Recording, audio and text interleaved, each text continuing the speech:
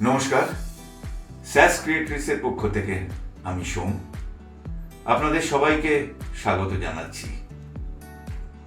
Earth day 1970 সালে 22 April এই দিনটিকে পরিবেশ রক্ষার সমর্থনে এবং পৃথিবীকে ধ্বংসের হাত থেকে রক্ষা করার জন্য সর্বসম্মতিক্রমে ধার্য করা হয়। ভারতবর্ষে পরিবেশ রক্ষার এই লড়াইয়ে বহু বিশিষ্টজন যেমন sundarlal Bahuguna, Kinkri Devi, kalin Pokkudan, AGGARWAL, Tulsi Gowda এরা অগ্রাসর ভূমিকা নিয়েছেন। ঠিক তেমনি বহু সাধারণ ব্যক্তিত্ব তাদের এই লড়াইকে এগিয়ে নিয়ে যাচ্ছেন নিজস্বভাবে, নিজের মতো করে। আজ আমরা এমন দুজন ব্যক্তির সাথে কথোপকথন করব যারা তাদের নিজস্ব কর্মক্ষেত্র থেকে নিজেদের মতো করে ধরিত্রীর সংরক্ষণের জন্য যোগদান দিচ্ছেন। আসুন সবাই মিলে এই দিনে আমরাও প্রতিজ্ঞাবদ্ধ হই এই আন্দোলনে যুক্ত হতে। নমস্কার, স্যাস ক্রিয়েটরিসের পক্ষ থেকে আজকে আমাদের দর্শকদের একটা অভূতপূর্ব ইন্টারাকশন বা কথোপকথন আপনাদের সামনে তুলে ধরব। এমন দুজন ব্যক্তিত্ব যারা নিজেদের কর্মক্ষেত্র থেকে কিছু সামাজিক কাজকর্ম করছেন। So now we are going to welcome SHRUTI Aggarwal and SAMYA GHOSH for a truly intriguing session. Welcome Samya. Welcome Shruti. Thank you. So how all are you doing? Good. Thank you for having us. Yeah, we are also privileged that people like you are coming to our show and making it more graceful and also informative for our audience and viewers so that they can also gather a lot of knowledge and inspiration from you all. But straight away to Shruti, how was your career develop, and was it a kind of a own choice, or by default you have come to this kind of an industry where you are benefiting the entire community through your profession? Surely, thank you for having us first of all. And so just to tell you briefly about my career journey, I started working in 2011, and I just went by what I felt I was good at. I started my work in marketing, and I changed a couple of industries within that. I was in oil and gas, then FMCG. Then I felt a pull towards advertising, and that's when I spent a few years doing that. But as it was during the time when COVID hit, I was still into advertising, and maybe what was going around had an impact on how I was thinking. But after a point of time, by being in advertising, I stopped seeing it as an exciting journey, because I was feeling that I've been able to extract all kind of excitements that I could from that particular patch of my life. And I felt that, wouldn't it be nice if I could utilize my skill set into doing something which, makes some sort of meaningful change in society.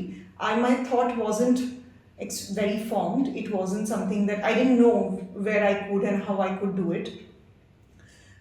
So it was just a thought that while I know my skill sets was marketing or program management or client servicing maybe, but how could I use that to maybe drive some sort of meaningful change?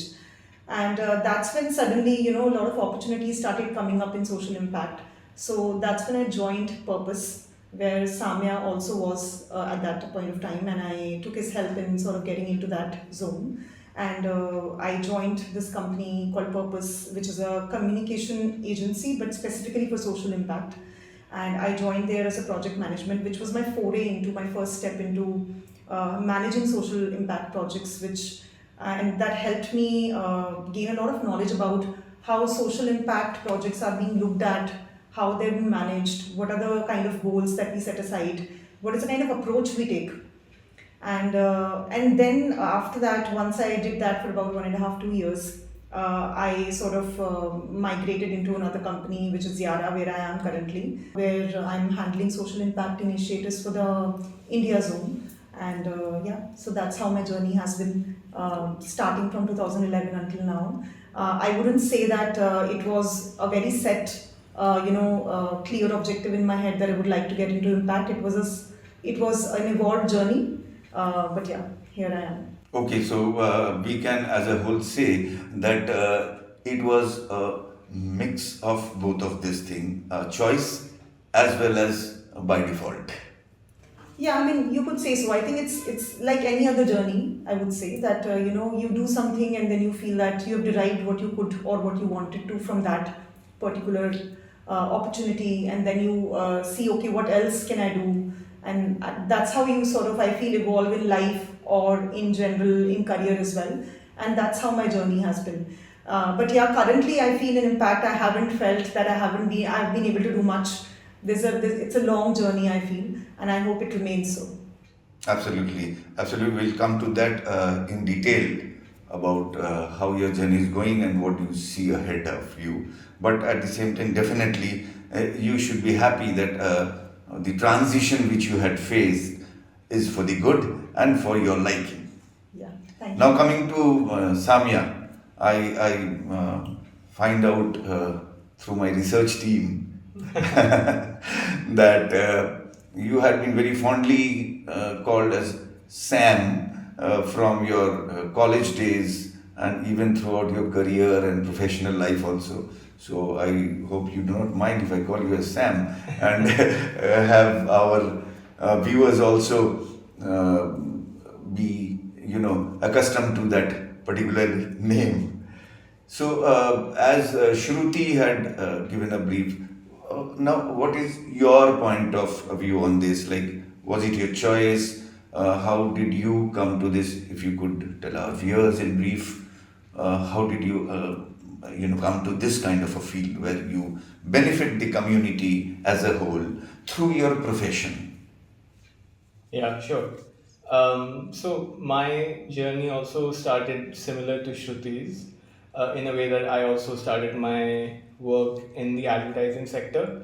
I've always wanted to do something in the arts and culture sphere.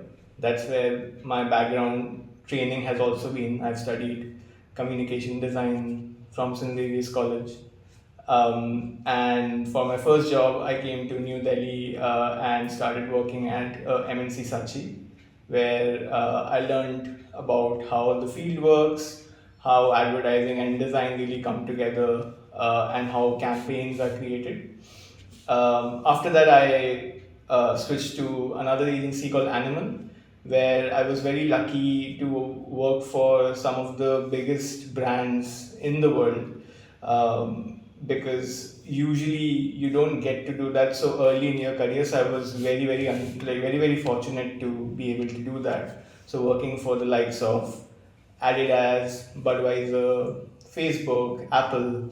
So that kind of gave me an idea of, okay, in different organizations in different countries, how the same work is done. So the exposure was huge.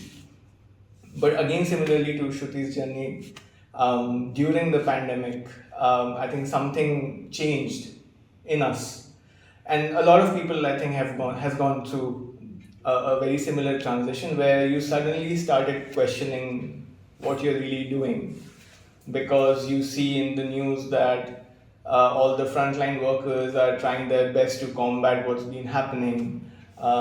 Everything really became about helping the community, right? Because we are going through such a huge tragedy. So me and Shruti, we both also discussed this, and we were like, can we do something through our work that even in the smallest way could contribute to some change? It doesn't need to be very big. You mean to say, like, in a lot of cases, people do it and they are known as philanthropic, Yeah. if I am not wrong. Right. But again, philanthropy is kind of a journey which is has a limited time frame. Like you can devote certain amount of time of your day or your month to philanthropy, but when you come to doing the same thing through your profession, it becomes again 24/7. Yes, yes, and philanthropy is of course very important. There are big philanthropy organizations in the world due to which a lot of the good work that's been happening in the Right. world happens. So, investing in social impact through philanthropy is very important.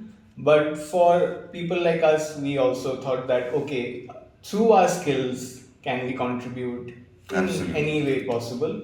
Not to sound very lofty about it, but at the same time trying to see okay, can our skills help and contribute to something more positive. So again, around the pandemic, I got lucky because I found purpose, pun intended. Purpose is a social impact creative organization. We are in almost 7 countries.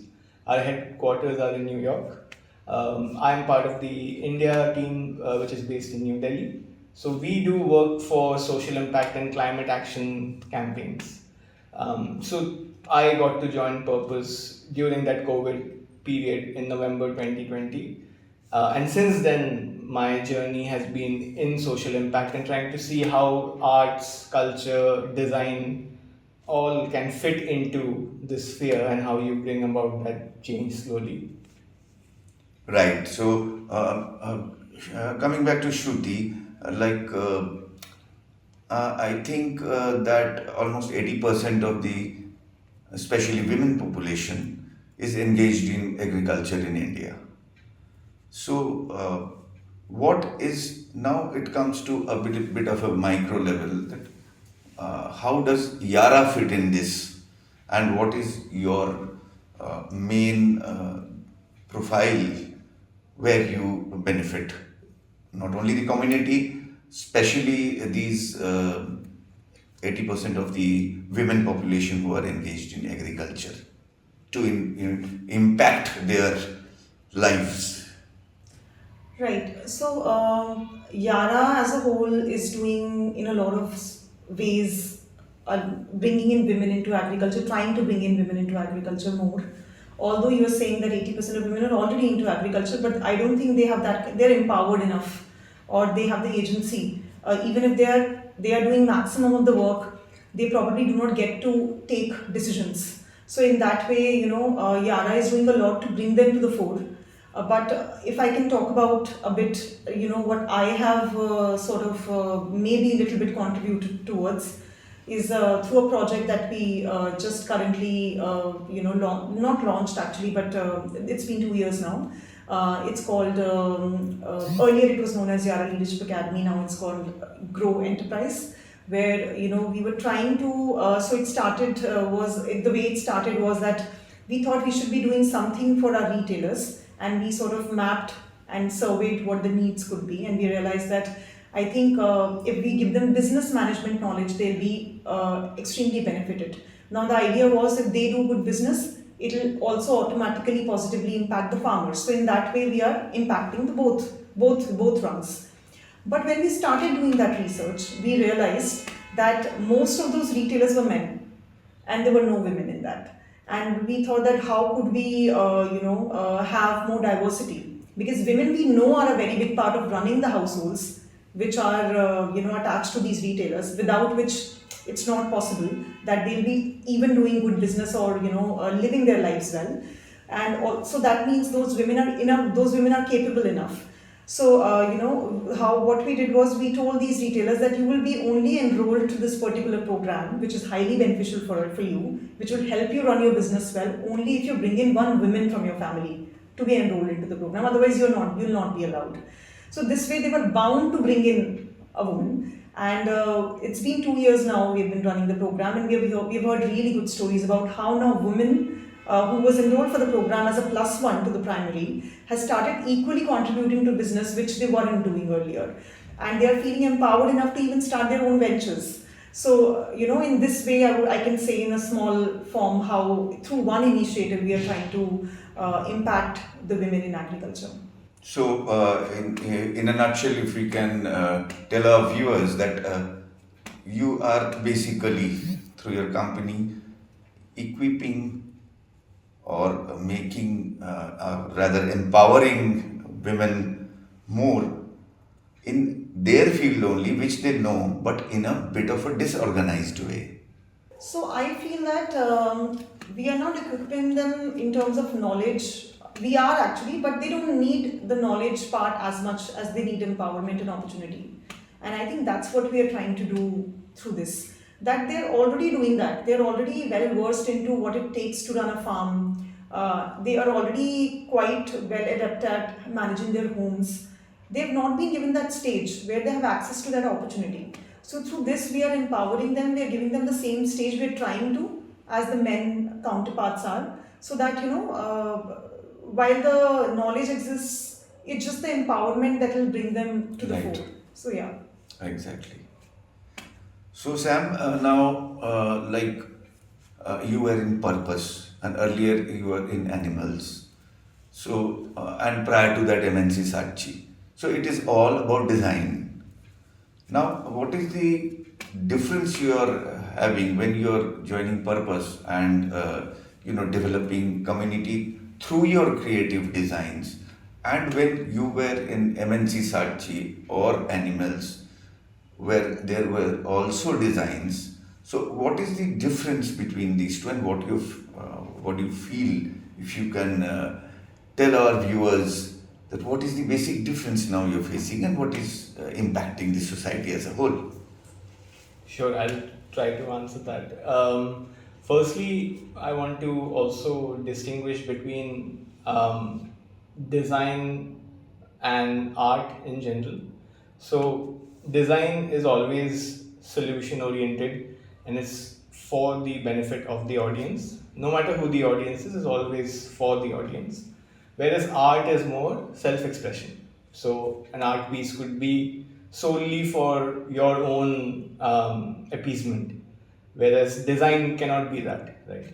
So that's the first distinction. Now, when we come to general advertising, what I have been doing before purpose, one of the biggest sort of differences between that work and the work that I do now is the audience. So before, I was mostly working for audiences like me or like us, city people, more young, in the young age bracket, consuming content on social media or buying products which we all would also buy. So an audience which is very similar to us.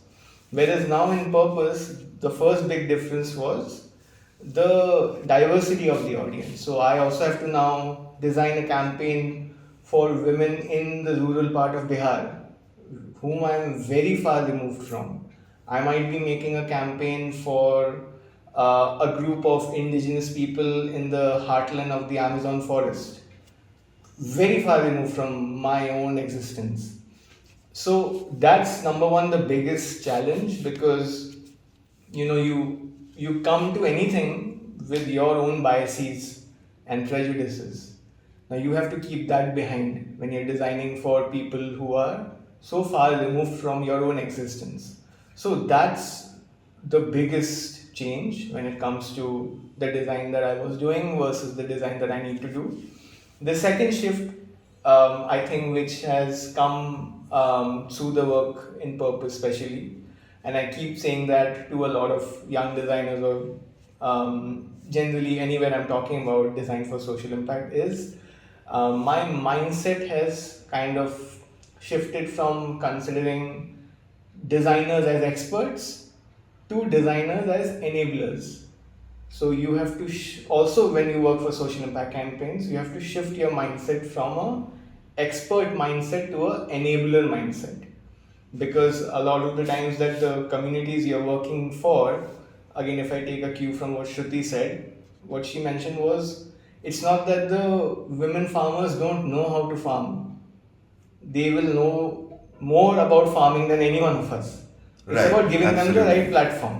Similarly, if I'm working with a woman in Bihar, I don't need to tell them how they should approach safety. They know their reality better than us. Our job is to help them figure out how they can sort of change their situation. So there's a Right. lot of inherent wisdom that the community already holds. So you can't come from a very outsider savior mindset. That, okay, I'm going to come, I'm going to solve all your problems Right. and go away. Right. You have to listen to them. So that's again a very big thing. Listen to your audience, understand what their issue is, and then try and give them a solution and co-create a solution also. And you have to get into their mindset in a Yeah, way, you have to and then understand. develop them, Yes, you have to rather understand than your giving audience. advice upfront. Yes, you have to understand your audience. You would not be able to give them advice unless and until you don't associate with them. You don't know Right. who those beings are. What Right. do they do? What aspires? What aspirations do they hold? What motivates them? Yeah. You will never be able to. Also, you can't put your lived context to their lived context, right? What is modern for you cannot be modern for them, or why should it Absolutely, be? absolutely. Right? There is a huge debate there. What is modernizing? India is modernizing, we say. It's very different for us sitting in Delhi in our AC rooms versus someone who is working 16 hours in a field, and you ask them, what do you think about modernizing India? They'll have a very Exactly. different mindset. So that is you can say it's a process It's a where you have to be a part of them, understand their problems, Yeah. and then develop them. Yeah. It's not straight away again coming to that giving advice and giving certain things or tangible things and making them straight away develop upfront. Yeah. I feel that it's an exchange. Yeah, it's an It's Right, not like we right. are developing them, we are getting also developed, we are getting integrated together. Yeah, It's like Absolutely. That's a absolutely. better- That's a that's a better, better- very, very, very good word you have spoken about this integration. integration.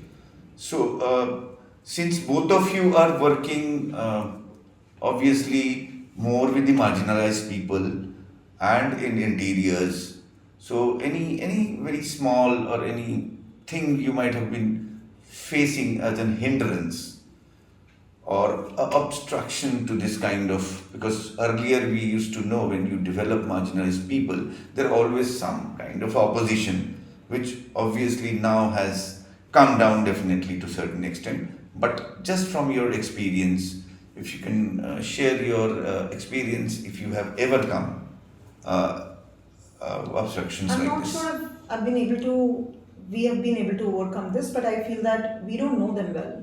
Like that gap has to be bridged. That we understand, like I said, what motivates them, what their world is, what their backgrounds are, their good and bad, their do's and don'ts. We don't know much about that. So that's I would say is the first biggest thing.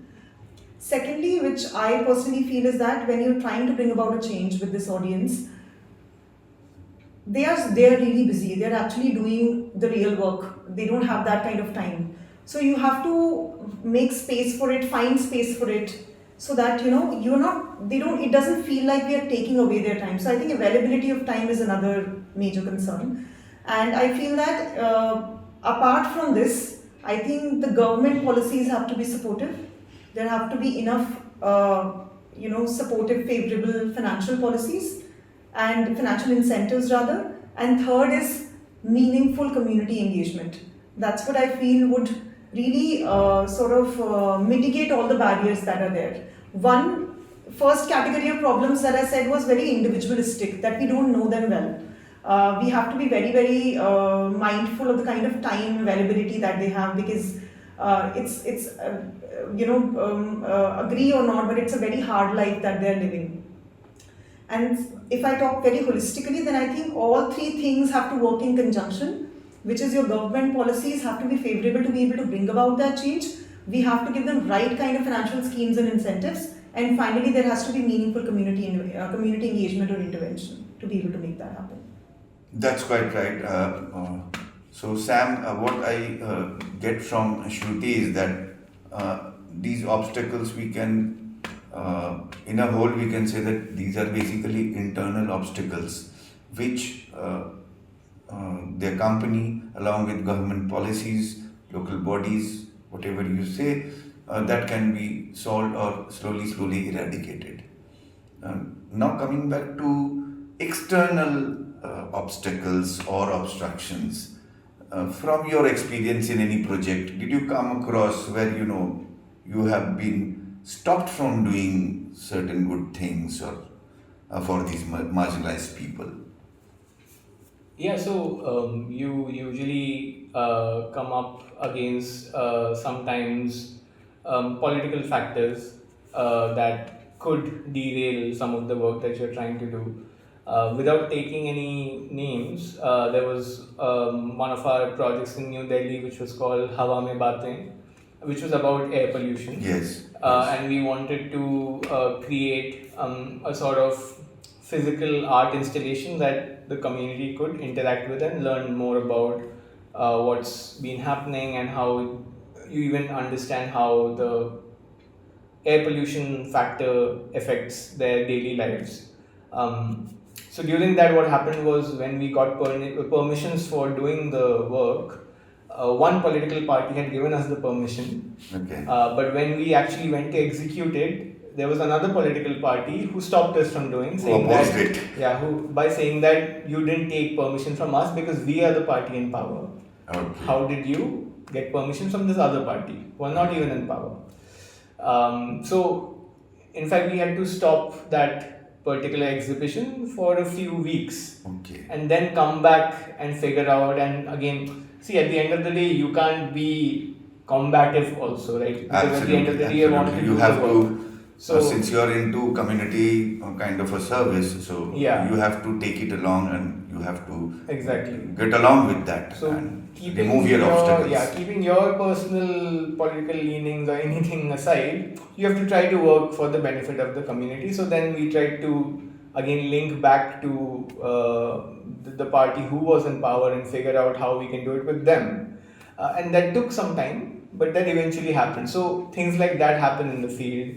Then I remember also an instance when we were working with the women population in Bihar. We were trying to work with them on this campaign called Khud Se Puche, which was about dignity in healthcare access.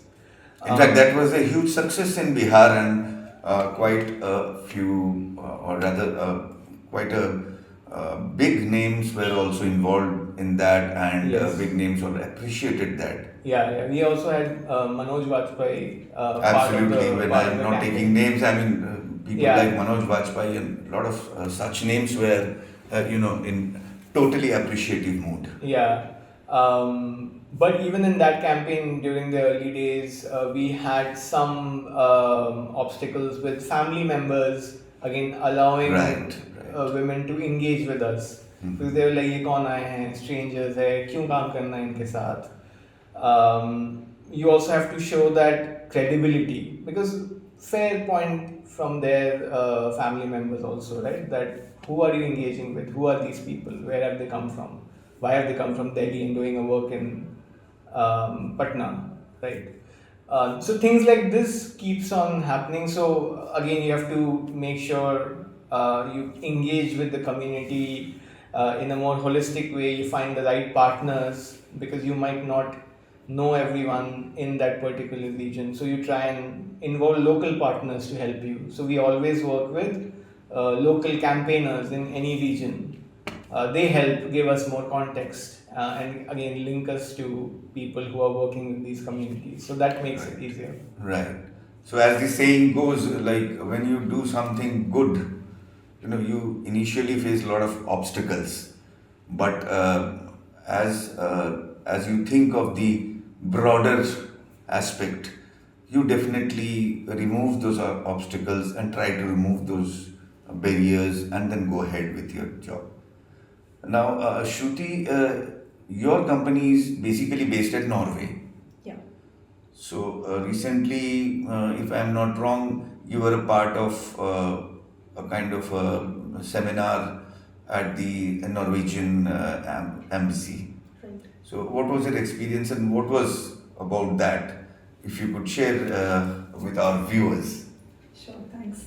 So that recent seminar was about, how women farmers or women are contributing in agriculture and making agriculture climate resilient. So, and the kind of initiatives that are happening, what kind of problems women are facing in doing that. So it was quite an informative and inspiring session, because there's so much behind the scenes that women are doing, which again we do not know about. The kind of problems they are facing, the kind of how they are mitigating those problems, and how they are committed to doing that in spite of that. So when you said just now that we are trying to sort of battle all obstacles to be able to Go ahead with your meet purpose, the main bigger purpose. outcome, I would say we still have all the resources, but there at that ground level, in the micro form, that one woman who's still continuing with agricultural activities is really, I would say, trying to survive on a day-to-day basis. It's still not losing sight of the bigger picture, and it's still committing to doing that every day. I think I would call that brave, and I would call that action in itself in the interest of the overall big outcome that we're all trying to work towards. So yes. Right, right. And having said that, Sam, you also, I believe, was a part of the panelist in What Design Can Do, which just concluded in Delhi. So, how was your experience on that, and what was the entire seminar about? So the experience was fantastic, and what design can do is an international event that's been happening for a few years, and it happens globally. So it started in the Netherlands, and it's also gone to, I think, Brazil and a few other countries, and this was the first time it was happening in India. So firstly, the event was in a way a reflection of the work that we are trying to do, which is a intersection between design and social impact. So it was the first time an event like this happened in India. So it was a very inspiring day. The whole event, you were able to interact with a lot of people who are at the forefront of design and social impact. So we had people come from various parts of the world. Netherlands was, of course, a big focus. So a lot of designers from there came and sort of talked about their work and how they are in different ways they're trying to help the society. And because design as a field is also very multidisciplinary, right? So there were architects, there were bio-designers, there were designers who were designing policy with the government, and there were designers like us who are working on campaigns. So under one of those, I was part of a panel which was around climate inclusive conversations, Right. which right. was around some of the work that I've been doing, along with two more panelists who are also contributing in their own way. That's quite lovely to hear. So, viewers, all this while, I think you have enjoyed the entire conversation, which in a way had been quite unique, and you will be also happy to know, in a lighter vein, that Shruti and Sam had tied the knot in 2020 and have been since long in the same profession, almost same professional field, of course in a different way. So, Shruti, how you're enjoying the last 5 years of your marriage? It's been great actually. I didn't know how it went away. I definitely don't feel 5 year married. I think the 2 years of pandemic just sort of squeezed the timeline, and the last 3 years have been, I would say, actually the whole 5 years and 5 years before that as well have been quite exciting. I would just say that it's been quite a good ride. So, Sam, since both of you are almost doing some kind of a similar job in the sense, in the same similar profession, in the sense that serving the community through your profession. So, how do you interact with each other, like in your off time, or how much you discuss about your professional life? Does it help you, like both of you are in the same kind of a same field? So, can you give a little bit of glimpse of your experience with Shruti to our viewers? No, of course we discuss about our work. We try and help each other out if we are stuck somewhere in terms of ideas or like just general interactions when it comes to the work. But apart from that, we also love to unwind. Just generally, we both like watching a lot of movies together. We both appreciate films. We love eating out. We That's love good. going out on coffee dates and going on vacations as well through our work or just in general.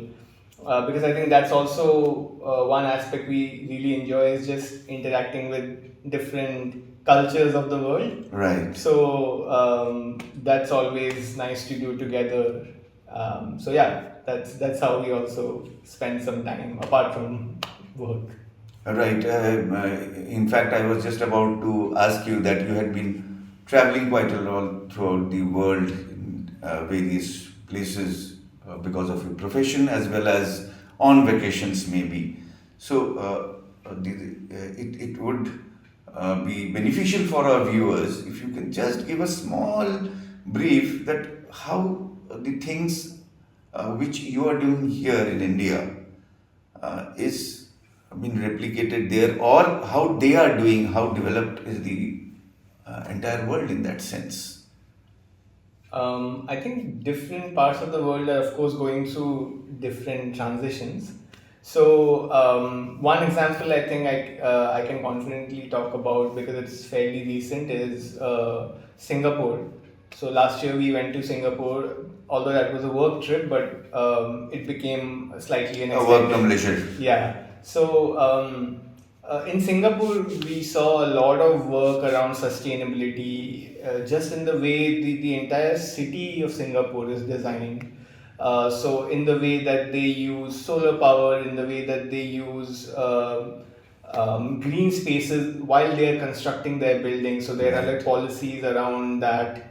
And the government really is focusing on positioning Singapore as one of the leaders when it comes to sustainability and social impact.